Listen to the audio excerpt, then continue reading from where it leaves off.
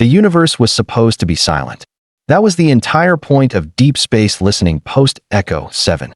For 2 centuries, humanity had strained its most sensitive instruments into the void, listening for anything other than the hiss of cosmic background radiation and the distant, predictable chatter of known alien civilizations. They'd found nothing. The Great Silence, as it was poetically known, remained unbroken. It was a comfortable silence, one that reinforced humanity's status in the galaxy, a minor species tucked away in an uninteresting spiral arm, too young and too primitive to warrant much attention from the grand, ancient empires of the Galactic Concord. Junior technician Anya Sharma liked the silence. It was calming. It meant her night shift, monitoring the quantum entanglement receivers from a lonely rock in the Kuiper Belt, would be uneventful. She sipped her synthesized coffee and watched the data stream scroll by, a waterfall of meaningless numbers that all translated to nothing new, until something new appeared. It wasn't a klaxon or a blaring alarm. It was a flicker, a single line of code in the waterfall that refused to resolve. Instead of a random number, it was a pattern, a rhythm. Anya leaned closer, her heart giving a nervous little kick. She ran a diagnostic. The system was fine. She rerouted the signal through a secondary filter. The pattern remained. It was a pulse. Slow, deliberate, like a deep and ancient heartbeat. It was unlike any known stellar phenomenon and didn't match the signature of any ship in the Concord's vast database. Frowning, Anya triangulated the source. The computer took a few seconds, its processors struggling with the impossible data, before spitting out a location that made her blood run cold: the Oort cloud. It was coming from inside their own system. "Hey, Ben," she called out, her voice barely a whisper. "You need to see this." Ben, the senior tech on duty, grumbled his way over, still half asleep. He took one look at her screen, and the drowsiness vanished from his eyes. "What in God's name is that?" "I don't know," Anya said, her fingers flying across the console. "It's old. Impossibly old. The decay signature suggests it can't be right. It suggests the signal is older than the Concorde itself." Before Ben could respond, a new alert flashed on their main screen. It wasn't from their system. It was a Priority 1 data squirt from a Concorde monitoring station in a neighboring sector. Then another came in from the Cthar Dominion, and another from the Xylos Hive. They were all asking the same question, their automated queries layered with a digital panic Anya had never seen before. Unauthorized technological signature detected. Source: Sol System. Explain. Immediately. "They think it's us," Ben breathed, a dawning horror on his face. "They think we built whatever this is." The thought was absurd. Humanity couldn't build a coffee maker that didn't break down, let alone a transmitter that could spook the oldest empires in the galaxy. But before Anya could even begin to draft a terrified, confused denial, her console went dead. A single icon appeared on the black screen, an image she'd never seen before, a stylized phoenix clutching a sword. Then, a single line of text burned into place. Protocol Omega engaged. Maintained absolute silence. Acknowledge. Anya and Ben exchanged a wide-eyed look. They had no idea what Protocol Omega was. It wasn't in any manual. But the command was backed by an authority that had sliced through every system on the station with terrifying ease. Trembling, Anya typed the only response she could. Acknowledged. The screen went blank. The pulse from the darkness continued its slow, steady beat. And out in the great silence, the ancient empires of the galaxy turned their full, undivided attention toward the insignificant little system that was suddenly making a whole lot of noise. The emergency session of the Galactic Concorde was a study in controlled panic. Light from 1,000 floating hololiths shimmered across the grand chamber, illuminating representatives from the 327 species who believed they ruled the known universe. At the center of the gilded chaos was the feed from the Sol System, a single, rhythmic pulse displayed for all to see. Ambassador Forlag of the Cthar Dominion slammed a scaled fist on his console, the sound cracking through the tense murmurs.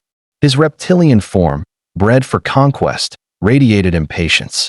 "This is an insult," he hissed, his voice a dry rasp. "The primitives are playing with technology they do not understand. A miscalibrated power core, a leaking stellar collector. It is the carelessness of a species that still uses combustion engines for sport. Seated on a raised platform across the chamber, Matriarch Thara of the Xylos hive shifted her multifaceted insectoid body. Her voice, a series of precise, melodic clicks translated by a hovering drone, was laced with disdain. Carelessness implies a lack of intent, Ambassador. I find this display to be deliberate, chaotic. It is the signature of a species that flouts protocol.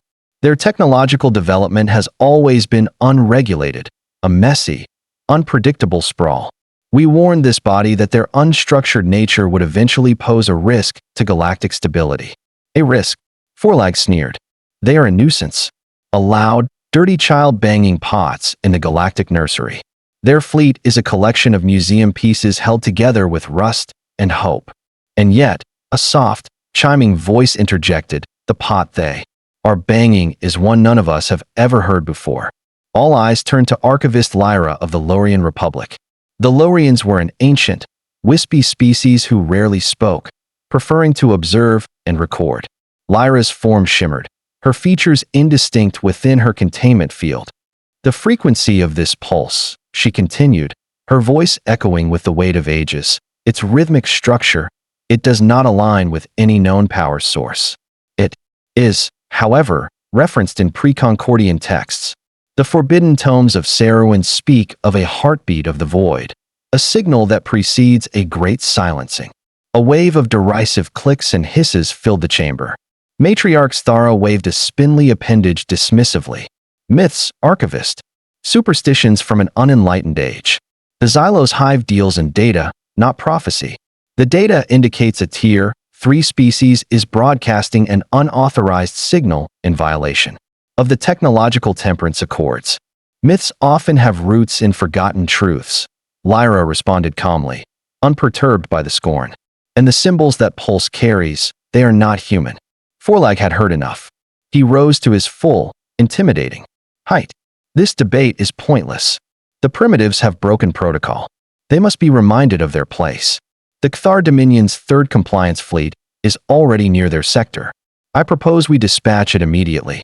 A show of force will silence their little toy and teach them the price of galactic disobedience. A full compliance fleet for a single rogue signal, the Anturi trade representative squeaked. Is that not excessive? Excess is the point, Forlag growled. When you wish to silence a child, you do not whisper. You shout. You remind them who holds the authority. Matriarch Tharia's head tilted in agreement. Protocol must be enforced. A swift, overwhelming response is the most efficient course of action. It will quell this disruption and serve as a valuable lesson to other developing species. Archivist Lyra's light dimmed slightly, a sign of Lorian resignation. I advise caution. We are acting on incomplete data. To send a war fleet against a species we so clearly underestimate. Underestimate. Forlag let out a sharp laugh. Archivist. They are mammals who only stopped flinging their own waste at each other a few millennia ago. They are not a threat. They are an administrative problem. He turned to address the entire assembly, his voice booming with the confidence of a species that hadn't lost a war in 10,000 years. Let the record show that I, Ambassador Forlag, motion for the immediate dispatch of the Third Compliance Fleet to the Sol System to enforce Concord law and dismantle the source of this unauthorized transmission by any means necessary. The vote was a formality. One by one, the lights on the representatives' consoles turned green. Only a few, including the Lorians and the Anturi, abstained. The motion passed. Deep in space, the warships of the Cthar Dominion, gleaming blades of obsidian and crimson, altered their course. They moved with the cold, unstoppable purpose of predators who had never known fear, heading for the small, blue-green world they believed was the source of their irritation. They were coming to silence a child. They had no idea they were about to awaken a Titan. The command bunker, buried a dozen miles beneath the ochred dust of Mars, was the quietest place in the solar system. It was a tomb of secrets, shielded by more rock and reinforced armor than a battleship. For 40 years, Admiral Marcus Thorne had felt its silence soak into his bones. Now, for the first time, the silence was screaming. He stood before the main hollow table, a ghost of a man with eyes that held the weariness of a lifetime spent waiting for a war he prayed would never come. On the table, a single red icon representing the Kthar Compliance Fleet crept steadily towards a pale blue dot labeled SOL. "They're not slowing down," Commander Eva Rostova said, her voice crisp and devoid of emotion. She was Thorn's opposite in every way, young, sharp, and brutally pragmatic. "Concord comms traffic confirms their orders. Full sanctions. By any means necessary. Means they'll start shooting the moment they're in range," Thorn murmured, his gaze fixed on the approaching threat. "What's the vigil's status?" Rostova's fingers danced over a secondary display. "The pulse has stabilized, but its core energy readings are still climbing. It's waking up, sir. All of them are." The pulse wasn't a malfunction, it was a system-wide announcement. "Sentinel Primus is responding to something, but we don't know what." Thorn closed his eyes, a familiar ache settling behind them. He saw his wife Alara's face, her hands gesturing excitedly at a schematic just like this one, her voice full of wonder and terror. "They're not just ships, Marcus," she had told him years ago. "They're a response. An answer to a question we haven't even heard yet." The question had apparently arrived. "The Kthar will be at the edge of the system in 72 hours, Rostova continued, her tone clipped. "Our conventional fleet, even with the new orbital platforms, can't stop them. The Kthar will punch through our defenses in under an hour. We don't have the numbers or the firepower." "No," Thorn agreed quietly. "We don't." He ran a hand over his tired face.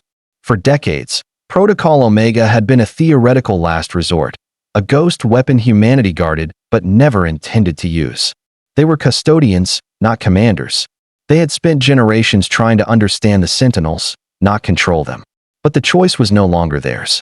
The Sentinels were waking, and the Concord, in their infinite arrogance, had decided to come knocking at the worst possible moment. If the Kthar fleet engaged humanity's conventional forces, it would be a slaughter. A pointless, brutal end to a species that never even got a chance to prove itself. But if he revealed a Sentinel, if he showed the galaxy what humanity had been hiding in the dark, he would change the course of history. He would confirm every fear the Concord had about them, painting humanity as a deceptive, hidden threat. He would be trading one kind of war for another. "Sir," Rostova prompted, her eyes fixed on him. "Your orders?" Thorn looked from the approaching Kthar fleet to the pulsing icon of the Vigil, a silent giant waiting in the cold dark. Alara had given her life for this project, dying in a lab accident during an early, unstable activation test. He had spent the rest of his life honoring her memory by keeping it secret, by protecting humanity from its own greatest discovery. But protection had just taken a new form. "We can't let them reach Earth," he said, his voice hard as iron. "We can't let them see our conventional fleet as the main event. We have to stop them before they get close." Rostova's professional calm finally broke, her eyes widening slightly. "You're authorizing a reveal?" "Sir, the ramifications are better than extinction," Thorn finished for her. He straightened, the weight of his decision settling on him like a shroud. "Open a secure channel. Patch me into their lead vessel's comms when they cross the system's edge. It's time to show the Concord what happens when you mistake a sleeping giant for a child." The Kthar Dominion's third compliance fleet tore through the outer Sol system with the brutal elegance of a predator. 20 warships, each a kilometer-long blade of polished obsidian, surrounded the flagship, Forlag's Wrath, a vessel so vast its gravity distorted the light of distant stars. They moved with contemptuous ease, ignoring the scattered human outposts on the moons of Jupiter and Saturn as if they were little more than roadside curiosities. Aboard the flagship's command bridge, Ambassador Forlag watched the blue marble of Earth grow in the main viewer. He felt a surge of satisfaction. This was the proper order of things, the strong dictating terms to the weak. "They are not responding to our approach," his subcommander reported, his own scales shimmering with anticipation. "Their fleet remains in a defensive posture around their homeworld." "As they should," Forlag hissed. "They know their place. Open a channel. System-wide broadcast. I wish for every primitive on that mudball to hear the voice of the Concord." The channel opened, and Forlag's image, a towering, reptilian figure draped in the blood-red finery of his office, was projected across the system. "People of Earth, His translated voice boomed, dripping with condescension. This is Ambassador Forlag of the Cthar Dominion, speaking with the full authority of the Galactic Concord. Your unauthorized technological activities have been noted and deemed a threat to galactic stability. You will power down all military and experimental systems immediately. You will submit to a full technological audit by Concord inspectors. You will. He never finished the sentence. His broadcast was cut off. Not jammed, but overridden. Replaced. The feed on his own bridge flickered, and a new face appeared. It was a human. Old, his face a roadmap of worry and sleepless nights. Yet his eyes burned with an intensity that made Forlag instinctively recoil. Ambassador. The human's voice was quiet, yet it carried an authority that dwarfed Forlag's manufactured bluster. This is Admiral Marcus Thorne of the Earth Defense Directorate.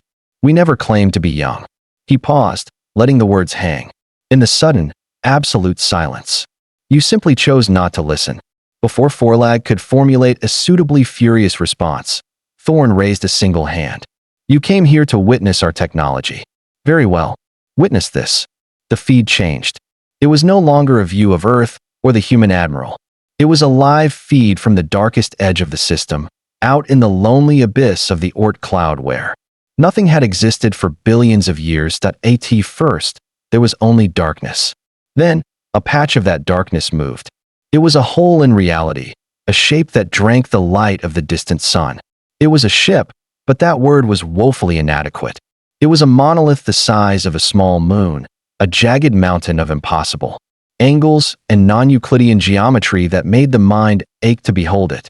Its hull was not made of metal, but of something that resembled solidified space-time, etched with glowing symbols that pulsed with a light older than language. It had no visible engines, no weapon ports, no bridge. It simply was. Aboard Forlag's Wrath, the bridge crew stared in horrified disbelief. Alarms began to scream as sensors struggled and failed to classify the object. What is that? The subcommander stammered, his warrior composure shattered. What trickery is this? It is Sentinel Primus. Admiral Thorne's voice returned, layered over the impossible image. Call sign, Vigil. The colossal ship began to drift forward, its movement violating every known law of physics. As it passed in front of a distant nebula, it didn't block the light. It bent it, warped it, consumed it. The sheer scale was incomprehensible. Forlag's own flagship, the pride of the Cthar fleet, would have been a mere barnacle on its hull. This is impossible, Forlag whispered, his arrogance finally cracking, replaced by a cold, primal fear he hadn't felt since he was a hatchling. No species builds such things. You are correct, Ambassador, Thorne's voice concluded as the feed cut back to his weary face. We didn't build it. Now, I suggest you reconsider your terms. And your tone. The transmission ended, leaving the Cthar fleet hanging in stunned, terrified silence. The 21 warships, which had seemed so invincible moments before, now felt like fragile toys floating before a god. And that god was staring right at them. The Cthar fleet did not retreat. They simply hovered at the edge of the system, paralyzed by a terror their warrior culture had no context for. This gave Admiral Thorne a precious few hours. The Vigil was awake, but it was not yet understood. It had revealed itself, but it was still a black box of impossible, ancient power. There was only one person in the universe who stood a chance of opening it. Thorne hated that it had to be him. Dr. Eris Thorne arrived at the Mars bunker looking like he'd been dragged through a gravity well. His hair was an unkempt mess, his lab coat was stained with what looked like engine grease, and his eyes held a familiar, fiery resentment that was aimed squarely at his father. You pulled me off the Ganymede project, Eris said, his voice tight. There were no pleasantries, no hello, Dad. There hadn't been for years. We were on the verge of a breakthrough in terraforming catalysts.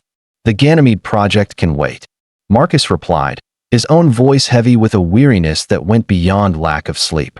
Something more important has come up. He gestured to the main hollow table, which now showed a swirling, incomprehensible schematic of the Vigil's core systems. Eris froze, his anger momentarily forgotten, replaced by a look of horrified recognition. No, he whispered. You activated it. After everything that happened, you actually activated it. It activated itself, Marcus corrected grimly. And now it's sitting on our doorstep, and the Concorde is about to have a collective aneurysm. I need you to find out what it wants." "What it wants?" Eris scoffed, the anger returning. "It's a machine, father. A giant, dead machine that killed my mother." The words struck Marcus harder than any plasma blast could, but his face remained a mask of stone. He had replayed that day 1,000,000 times. The cascade failure, the energy surge, Alera's last, garbled words over the calm. "Your mother knew the risks," he said, his voice dangerously quiet. "And she believed in this project. She believed in discovery, not in turning it into a weapon."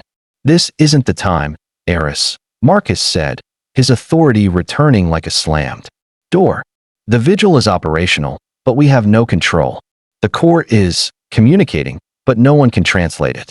You are the only Xenotech who ever came close to understanding your mother's research. I need you on that ship." An hour later, Eris was aboard the vigil. The inside was just as disquieting as the outside. Corridors shifted and reconfigured around them, and the air hummed with a low, resonant energy that felt more alive than mechanical. He was guided by automated drones to the core chamber, a vast sphere where physics seemed to have taken a holiday. At its center hung a crystalline lattice, pulsing with soft, white light. "I'm in," Eris reported over his calm, his voice betraying a hint of awe. Despite his anger, the energy readings are off the charts, but stable. There's some kind of interface forming. As he spoke, threads of light began to weave themselves together within the crystal lattice. Data streams, visible as shimmering ribbons of color, flowed into a central point, building, assembling, taking shape. It was coalescing into an avatar, a user interface made of pure information, and then it resolved. Eris felt the air leave his lungs. His knees went weak. Standing before him, rendered in perfect, heartbreaking detail from the light of the ship's core, was his mother, Dr. Alera Thorne. She looked exactly as he remembered her from the day she left for the lab and never came back. She smiled her kind, familiar smile that had been absent from his life for 15 years, back in the Mars bunker.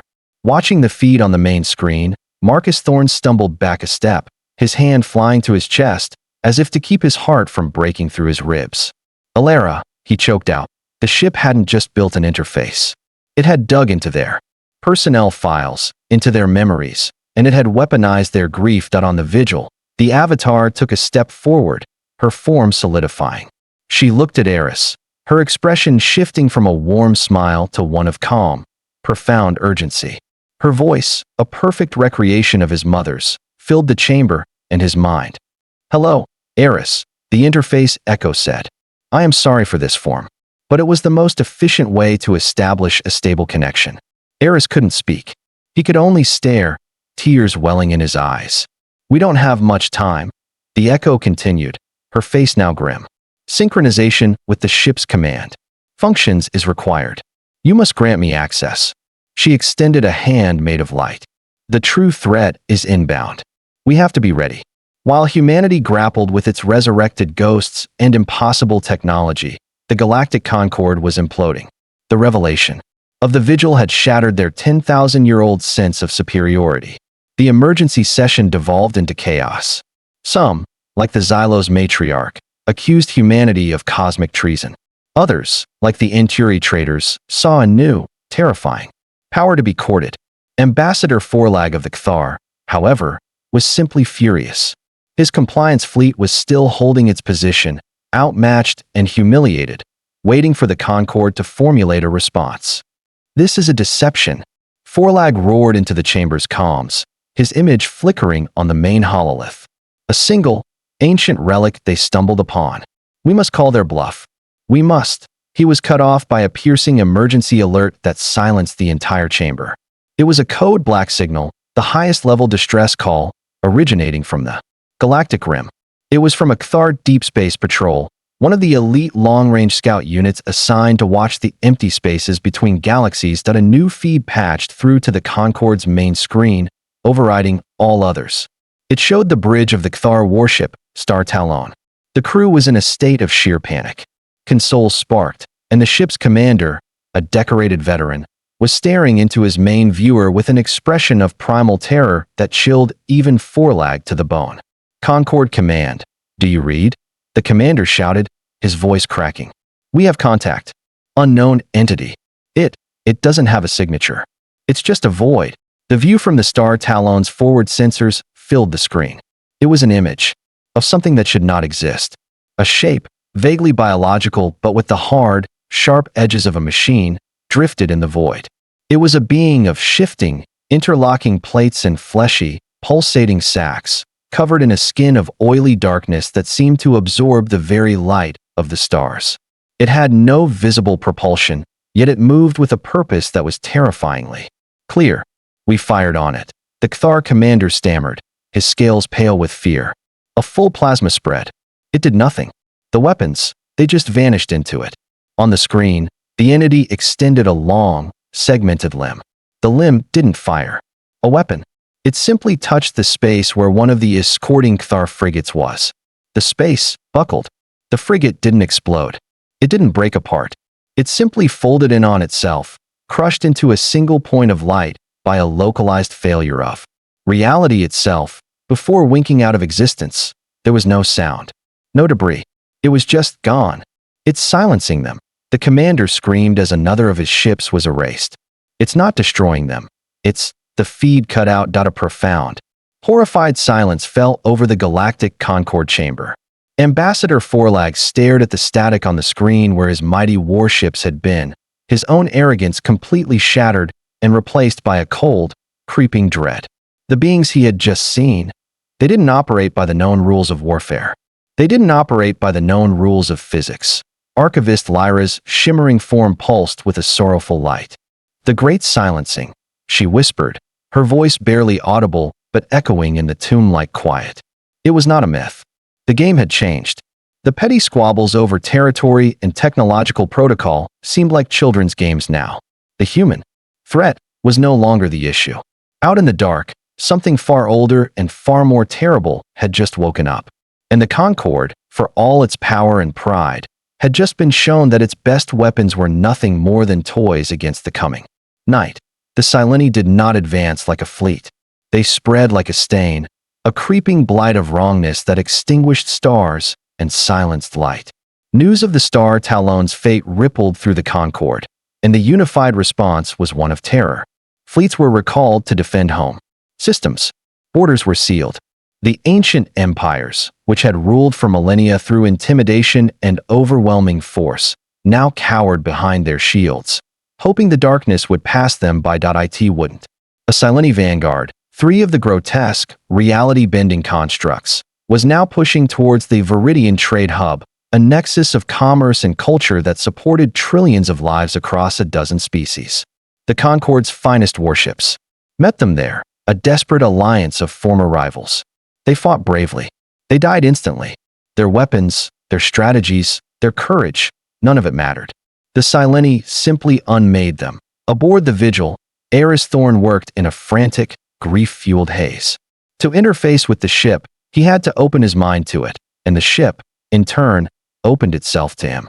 He saw his mother's work, her original theories, her final, desperate calculations before the accident. He saw her brilliance, her hope, and he felt the echo of her sacrifice. Guiding him through it all was the interface echo, the ghost in the machine wearing his mother's face. "They are not alive as you understand it," the echo explained, her voice a calm counterpoint to the chaos on the bridge's tactical display. "The Sileni do not conquer. They correct. They perceive advanced, chaotic life as an error in the galactic code and seek to delete it." "And you?" Eris asked, his hands flying over the light-based console. "What are you?" "We are the counter-argument," the echo replied. "A proof that chaos is necessary for growth. Now focus, Eris. You must synchronize your emotional state with the core frequency. The ship feels your grief, your anger. You must channel it. Use it. Do not let it use you." Eris took a shuddering breath, the image of his father's weary face flashing in his mind. He pushed aside the resentment, the years of bitterness, and focused on the one thing that connected them all, the desperate, burning need to protect. He let the grief flow, not as a weakness, but as fuel. The hum of the core chamber deepened. Matching the rhythm of his own heart, as the Sileni vanguard closed in on the Viridian hub, the Sentinel fleet moved to intercept. All 12 of the colossal, ancient ships materialized from the void, forming a silent, impossible line between the invaders and their prey. They didn't launch missiles. They didn't charge weapons. They began to sing to it was a chorus of pure information. A wave of reality-warping frequencies that washed over the Sileni. The song was a weaponized theorem, an equation of existence so complex it forced the invaders' own alien physics to question itself. On the main viewer, Eris watched as the lead Sileni construct shuddered. Its shifting, nightmarish form began to flicker as its core code struggled against the Sentinels' logic. The Vigil sang the loudest. Guided by Eris and the Echo, it projected a focused beam of corrective data, a stream of pure, undeniable truth aimed at the heart of the Sileni. Construct. The being didn't explode. It was debunked. Its physical form, unable to reconcile its own existence with the truth projected by the Sentinel, collapsed. Its matter dissolved, its energy dissipated, and it was simply gone. The other two Sileni constructs paused, their advance faltering. For the first time in a million years of silent, inexorable conquest, they were confused. They had encountered an argument they could not win, a form of power that didn't fight them on their terms, but simply declared their terms invalid. They hesitated for a moment longer. Then, as one, they folded themselves out of reality and vanished. A stunned silence fell over every bridge, every command center, every listening post across the galaxy. They had just witnessed the impossible. The unkillable enemy had been taught a lesson. Aboard the Vigil, Eris collapsed against the console, sweat beading on his forehead, the psychic backlash of the song leaving him drained. The echo of his mother placed a hand of light on his shoulder. "The first lesson is complete," she said softly. "They will return. They will adapt. But now, they know we can fight back." The Sentinel fleet's victory echoed across a stunned galaxy. The Sileni, who had been an unstoppable force of cosmic horror, had been repulsed. And they had been repulsed by the so-called primitives from Earth. The balance of power didn't just shift, it shattered. The Galactic Concord, the institution that had governed for millennia through a carefully maintained technological and military superiority, was now obsolete. Its authority was a ghost. 2 days later, a single, unmarked diplomatic shuttle requested permission to land at the Mars Command Bunker. Its passengers were Ambassador Forlag and Matriarch Thara. They came not with the swagger of conquerors, or the arrogance of superiors, but with the heavy, humbled posture of the defeated. Admiral Thorne met them in a Spartan briefing room, a place of bare metal walls and functional furniture. There was no pomp, no ceremony. Commander Rostova stood silently by his side, her presence a stark reminder of humanity's newfound military authority. Forlag, stripped of his ceremonial armor, seemed smaller. The raw aggression in his eyes had been replaced by a grudging, terrified respect. Thara's usual precise, melodic clicks were hesitant, her intricate carapace seeming to shrink in on itself. "Admiral Thorne," Forlag began, forgoing his title and rank. The word ambassador felt hollow now. We have come to discuss the Sileni threat. You have come because your fleets are useless and your people are terrified," Thorne stated, his voice flat and devoid of triumph. He gestured to the two chairs opposite him. "Sit." They sat. The silence was heavy. It was Thara who spoke next, her translated voice a subdued series of clicks. "Your Sentinels. They possess a capability beyond our understanding. The Concord formally requests access to your technology, to your tactical data, so that we might formulate a unified defense." Thorne almost laughed. It was a bitter, ugly sound. "Access? You want access to the very technology you came here to sanction and seize? The Concord is in no position to make requests. You are in a position to listen." He leaned forward, his tired eyes fixing on each of them in turn. "Let me be perfectly clear. The old order is dead. Your Concord, with its secrets and its power games, is a relic. It failed to protect you, and its arrogance nearly got us all killed. What do you propose?" Forlag asked, his voice strained. "This is not a proposal," Thorne corrected. "These are the new terms. From this moment forward, there is only one goal: survival. All species will contribute to the defense. All intelligence regarding the Sileni will be shared openly and immediately, through a new, centralized command structure. All resources, shipyards, research facilities, raw materials, are now assets in a galactic war effort. And humanity will lead this effort? Stara asked, a hint of her old pride audible. Humanity will coordinate the defense, Rostova interjected coolly. Because we are the only ones with weapons that work. Leadership is not a title you are given. It is a burden you are forced to carry. We did not ask for this burden, but we will not shy away from it. Thorn stood, signaling the end of the meeting. You will return to your respective governments. You will tell them what has been decided. There will be no more secrets. No more tiers of civilization. There is only one class now, survivor. You can either be a part of the solution, or you can be part of the collateral damage when the Sileni return. The choice is yours. Forlag and Stara looked at each other. They had come expecting to negotiate, to barter, perhaps even to threaten. Instead, they had been given orders. They were no longer rulers of the galaxy. They were junior partners in a war for existence, and their commanding officers were the very primates they had come to punish. Humbled, and without another word, they rose and left the room. The alliance wasn't built on trust or friendship. It was built on the cold, hard reality of mutual annihilation. But it was an alliance. And for the first time, the galaxy had a chance. The observation deck of Mars Command was no longer silent. It was a cacophony of voices from 100 different species, all working in a frantic, unified effort. Below, on the vast floor of the operations center, Thar military strategists worked alongside human programmers, and Xylo's logistics experts coordinated with Lorian archivists. The old rivalries were not forgotten, but they had been shelved, rendered meaningless by a greater fear. Admiral Marcus Thorne stood before the main viewport, a vast expanse of armored glass looking out at the star-flecked darkness. In orbit, he could see the impossible silhouettes of the 12 Sentinels, holding their silent vigil. Around them, a new fleet was assembling. Sleek human destroyers, hulking Kthar dreadnoughts, and crystalline Xylos cruisers. It was the first true galactic defense fleet, and it was his to command. Commander Rostova approached, holding a data slate. The Sileni have halted their advance, she reported, her voice tired but steady. They're regrouping just beyond the Viridian sector. It's a pause, not a retreat. They're learning. So are we, Thorne said, not taking his eyes off the ships. The data slate chimed. A secure channel from the vigil. It was from Eris. Father. His son's voice came through, strained but clear. The resentment was gone, replaced by the heavy burden of command. The Echo and I have achieved full synchronization with the Sentinel core. We've seen what the Sileni are. They don't just erase civilizations. They absorb them. Every species they've corrected becomes another data point in their own evolution. They're not just a force of nature. They're a predator that learns from what it eats. Can we stop them? Marcus asked, the question feeling impossibly heavy. There was a pause. I don't know, Eris admitted. But for the first time, I think Mom would be proud of what we're doing. Both of us.